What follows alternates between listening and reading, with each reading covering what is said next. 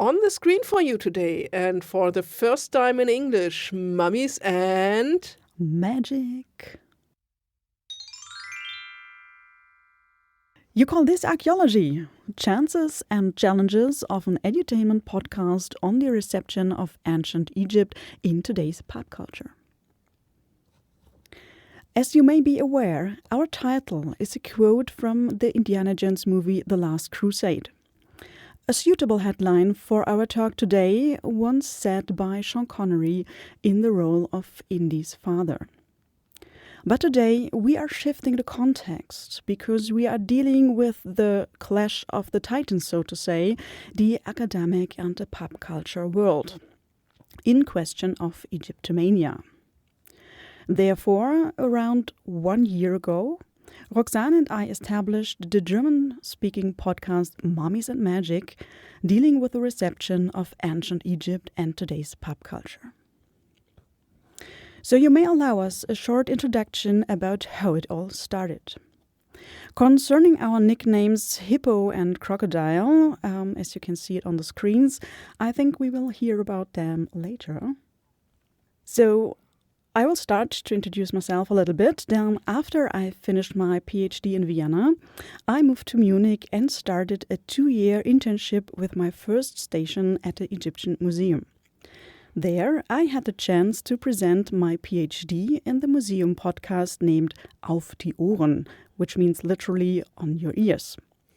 Working together with Roxane, she brought me back on track and reminding me of my little inner nerd whom I had pushed aside during my academic lifetime. During my work in the Egyptian Museum in Munich, I realized that we are confronted every day with the different expectations of our audience about what archaeology or Egyptology actually might be. Most of our visitors have a great interest in archaeology and ancient Egypt culture, but also they have very different levels of knowledge about it. However, some questions are always the same. The gold, the curse, the slaves, the resurrected mummies, name it, we have it. Further, we observed a specific intersection of our visitors' fascination about archaeology and the nerd and geek culture, and an intermixture of these both worlds, the scientific academic world and the pop culture. So therefore, the audience expectations about archaeology and Egyptology is already biased by the pop culture they consume every day. And there we found a starting point of our podcast to communicate the knowledge or our knowledge, sharing our insights in an enjoyable and fun way. Hello, I'm Roxane. I hold a degree in Egyptology, Coptic Studies and Prehistory, and have been working at the State Museum of Egyptian Art in Munich since 2005, now as a head of cultural education. I enjoy talking about ancient Egypt, giving lectures and guided tours in the museum. I'm also an author and have written books and short stories on Egyptian topics, so far only in German, sorry. So I'm actively involved in the reception of ancient Egypt. Last but not least, I'm a nerd. I love everything about ancient Egypt in modern times, board and computer games, P&P, movies and series. Interdisciplinary approaches in science are well and good, but above all, we have to involve the public. We must not just move in our bubble. Doing science is good, but we especially need science communication to tell the general public what we are doing. So we don't just have the academic approach here, but more of a practical approach, influenced by our work in the museum, of course. The people who come to us are fascinated by Egypt and want to know more. But still, visiting a museum is still a hurdle for many people. So we don't wait for them to come to us. We go directly to them. We want to try to reach these people through the medium of a podcast. Podcasts emerged in the early 2000s and have experienced a resurgence in recent years. Podcasts are relatively easy to produce and just as easy to consume, on the way to work, while cleaning or exercising. How many of you listen to podcasts regularly? I think many. So let's go back to 2019 and the pandemic. From one day to the next, museums were suddenly closed and we had to figure out how to reach our visitors. Our regular lectures were moved to YouTube and we decided to start a museum podcast. For me, it was a leap into the deep end, as I had never recorded video or edited audio before. The subject of the museum podcast was quite dignified, as you would expect from a museum. We talked about our collection history, exhibitions, our museum concept, and introduced the team. In season 2, we moved on to general topics like Amana and monotheism, leadership and trade, true crime, and pyramid texts. And then, in the spring of 2022, Marvel's Moon Knight came along, and I was absolutely hooked. I wanted to include it in the official podcast, but my co-host, the museum director, was not so happy about it. Even though in 2021 we had an exhibition in the museum called Documenta, where classical works of art were turned into ducks. So the museum didn't take itself too serious with that exhibition either. And then there was Nora, new to the museum and just as nerdy as me. Love at first sight and the perfect podcast partner. So we started a new podcast from scratch. Mummies and Magic, Ancient Egypt in Pop Culture. Not as a second official museum podcast, but as a kind of private project. This allowed us to speak more freely, to be more open and relaxed. The museum supports and promotes our podcast. We can use the museum's equipment, rooms and library, and this is a great relief for us because we could start with a high quality. What we do is not classical cultural education. It is something that has recently come increasingly into the public eye. Edutainment, education and entertainment. We look at what is currently in the focus of interest, like Moon Knight or other current films. We respond to the questions and suggestions of our listeners, thereby also establishing a connection with them. We reach a broad audience and make the information available in a low-threshold way. It is a kind of self-determined learning. You decide for yourself what and how much you want to listen to. And it works. Last year, our podcast got us on the shortlist of the Digamus Award, which honors the best digital projects in museums. So how is it going? We host our podcast on Spotify, so we have analytics and insights. The place and geographical information is for the whole podcast. The detailed analytics is just for the access via Spotify, which is a third of the total. We started the podcast a year and a half ago in April 2022 and are now approaching 20,000 plays. Let's have a look at the details. We are in the process of upgrading, as you can see. I don't know what this first peak was in mid-July 2022. We hadn't released a new episode. This double peak here was input from the outside. Comedix, the German Asterix archive, discovered us and shared us, which lifted our sort of background noise or daily access.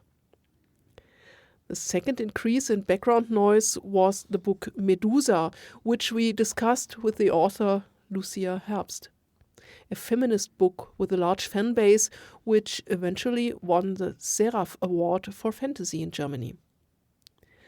That big peak was Stargate. Do we need to talk about Stargate? I don't think so. We had Frederick Krüger as a guest. He's also an Egyptologist based in Berlin and wrote his thesis about Stargate. Here is a break. Nora was away in Marseille. I did a solo episode. This double peak also came from outside, from a professional podcast called Kack- und Sachgeschichten.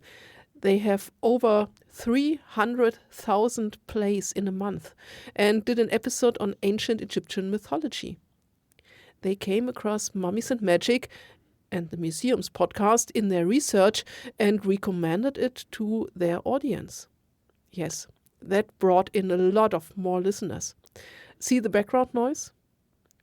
And that last peak was one regular episode and 4 extra ones, a P&P session actual game we recorded. I've already touched on some of the issues we've been talking about, but let's dig a little deeper. Yeah, let's dig a little deeper and have a look about the topics and the content we talked about so far. After a bit of research about possible content and themes about our episode, it soon became clear to us Egypt is everywhere. For example, the pyramids. They can be found in ancient mosaics, for example, of the San Marco Cathedral in Venice. But also pyramids can be found all over Germany, for example, in historic architecture, as the royal grave monuments, here shown in an example of the pyramid in Karlsruhe, but also in movies as Stargate or music as Iron Maiden's Power Slave. Further, pyramids can be found in board games, PC games, and so on and so on. In April 2022, we took the chance of the overwhelming success of Marvel's Moon Knight to start our project. But meanwhile, we also talked about other movies as well. For example, the cute animated movie Mummies, which we watched together in a cinema. Or, of course, The Mummy from 1999 with Brendan Fraser. Also, not to forget The Mummy, played by Christopher Lee. For this topic, we had been invited to another podcast that focused on old movies of the horror genre. And of course, don't forget about The Mummy, the first one played by Boris Karloff. Besides comics like Asterix and Cleopatra, we also discuss well-known authors as Agatha Christie. However, we did not start with Death on Nile, but with one of her, at least in Germany, not very well-known books, Death Comes as the End. The novel was inspired by a family biography that was preserved on an ancient Egyptian papyrus and brought to Christie's attention by the Egyptologist and family friend Stephen Glanville. Concerning today's pop culture, or to be precise, urban fantasy literature, we also talked with the German authors Jenny Wood and Melanie Vogeltanz about the reception of the Egyptian gods Mafet and Seth, who struggle with their survival in modern New York City of our times. Roxane's 3-part novel starts in 19th century Munich and mentions also some artifacts now on display in the Egyptian Museum. At the time of the story, however, they were exhibited in the Glyptothek Munich, which is Munich's oldest museum.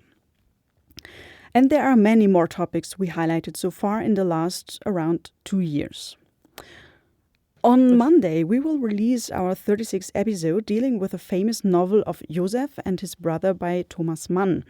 Spoiler, there are also many connections to the Egyptian artifacts admired by Thomas Mann in the Glyptothek and other connections to famous Egyptologists of his time. So far, our ranking of the most successful episodes is as followed. 1,100 clicks on our first introduction episode. Second place goes to Calling Dr. Jones about the first Indiana Jones movie, Raiders of the Lost Ark. Number 3 in our ranking is Asterix and Cleopatra, followed by Moon Knight, the blockbuster The Mummy with Brendan Fraser, Stargate, the reception of ancient Egypt in metal music, The Mummy played by Christopher Lee, the topic of the Exodus and the Bible, and last but not least, Tutankhamun. In regard of some special days or events, we also streamed some special episodes. For example, a Secret Santa podcast event. So all participants submit 2 different topics, which are then randomly assigned to other participants, who then have to integrate them into the next possible episode. Further, we produced specials about Valentine's Day and also about ancient Egyptian beer for the Bavarian Oktoberfest.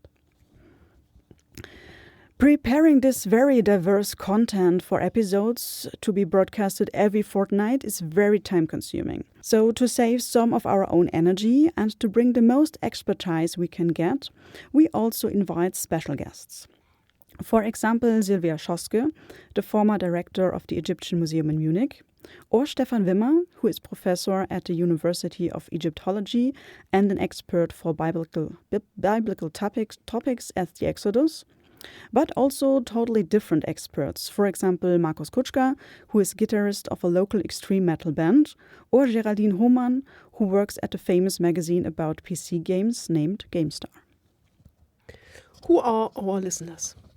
Of course, most of them are from German-speaking countries, Germany, Austria, Switzerland, but also some from the USA. Since the recommendation of the Kakis in September, we have kind of rejuvenated. A third of our visitors are now between 28 and 34 years old. Let's have a look and compare this with the analytics of the official museum podcast. These here are now the listeners' ages of all time. Mummies and Magic has its peak at 35 to 44. The museum has the usual museum audience, slightly older, 45 to 59 and 60 and older. The same goes for gender. The museum audience is mostly female, while we have the male listeners, the nerds, P&P gaming. It seems that we are achieving our goal and connecting with other people than the classical museum visitors. What challenges do we have to face? We have planned to record an episode every 14 days. Guests may have to be coordinated. We have to do research on the topic of the episode, maybe even meet up once in a while to exchange ideas or watch films or play games. Often there is not much time for preparation and research. We both work at different museums now and have to make sure we get together. We both have full-time jobs and families. Fortunately, we can use the equipment in the museum when we have guests on site. With external guests, we also use Discord or Studio Link as an alternative. But the episodes also have to be edited.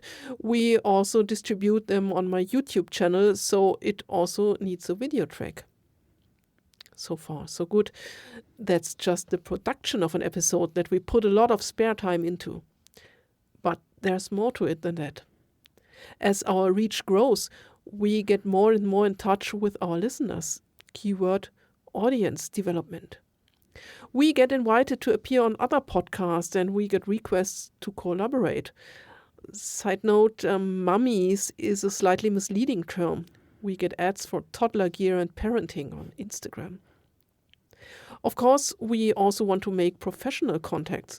We already have a collaboration with the Iggy Pop Cult project, plus conferences like that from the International Society for the Study of Egyptomania. We have a Discord channel for exchange with our audience, and we are represented in the social media on Instagram and Mastodon with an account. But we have also to produce content for these and maintain and play the whole thing. Something like Twitch would be great to stream games and such, but when and how? Hosting our homepage costs money, and there are also costs for research material. We use Ko-fi for financing support. We also had a professional logo and CI created from this. The first mummy we used was a public domain illustration I found on Canva. Now we have our own.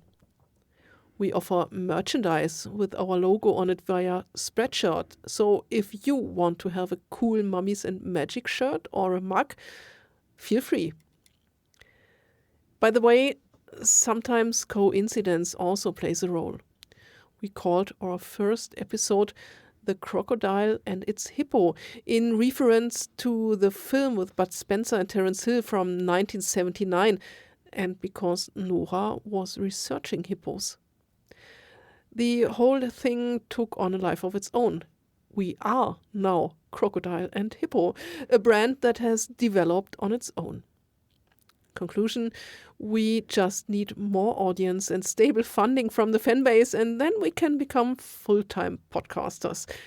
So you know what you have to do now. So far, our podcast project is unique in the German-speaking bubble, combining the world of academia and museum with the pop culture. And we see wonderful things happen in our growing community. We are part of different podcast networks as die besten Podcasts der Welt, so the best podcasts of the world. Also history podcasts, Geschichtspodcasts, and science podcasts, Wissenschaftspodcasts. These all are very great networks for us to exchange with other podcast hosters and get in touch with the community. And we are very happy about the cooperation with Egyptology we just started some weeks ago. And there is growing exchange and ongoing discussion in our social media bubble, starting on X, former Twitter, and now also in Instagram, Mastodon, or in our Discord channel. And of course, it is so great to see events like the ESSE conference or the planned virtual seminar by the Egyptology cult, to see that these formats like these podcasts and these interests have increasingly finding their way into the academic world. So to see last summer in Leiden there was the International Congress of Egyptology. There was a whole panel about pop culture and the reception of ancient Egypt in it. So we feel encouraged and we are looking forward finding like-minded people all over the world. And for this, we are planning to do more in English, and perhaps we find a solution to bring our former episodes also in the English version supported by AI. But this is future. This is plans for the future, and we will see how it will work. This was a short introduction in English about Mummies and Magic and our work and our podcast. So feel free to follow us, meanwhile just in German, but we will see if we can do further process on it. If you have any questions, feel free to follow us on our social media accounts or find our way into our Discord bubble. And yeah, we hope to see you all there. Thank you very much for your attention. Bye. Bye.